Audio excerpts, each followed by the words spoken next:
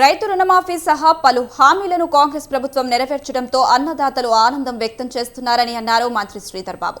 మంథాని పట్టణంలో మున్సిపల్ నూతన భవనం, veg non veg integrated market, solar IMAX central lighting పనులకు శంకుస్థాపన చేశారు మంత్రి. వికలాంగులకు ట్రై సైకిల్స్ పంపిణీ చేశారు. కాంగ్రెస్ పార్టీ చేస్తున్న మేలు రైతుల ఆనందం చూడలేక ప్రతిపక్షాలు గగ్గోలు పెడుతున్నాయని సెటైర్లు వేశారు మంత్రి శ్రీధర్ బాబు.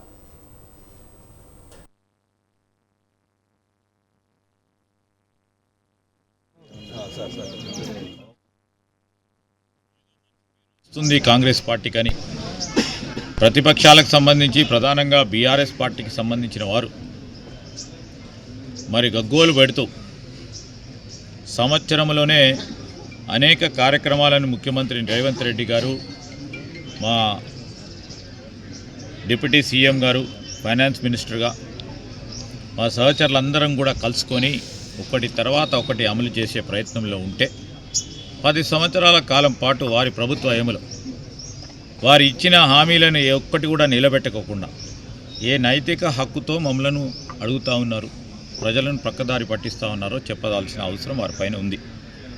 రెండవ అంశం ఏంటంటే ఈరోజు దాంతోపాటు పెట్టుబడి సాయం సన్నాలకు 500 రూపాయల బోనస్ వచ్చిందో ఆ గ్రామ పంచాయతీల్లో పేర్లతో పాటు 10 మందికి తెలిసే విధంగా, ఎందుకంటే ప్రజలకు జవాబుదారితనంగా వ్యవసాయ డిపార్ట్మెంట్ కూడా ముందుకు నడవాలని ఈరోజు మాకు రాలేదు అని పెడితే ప్రజా సంబంధించిన ఈ ట్యాక్స్ పేర్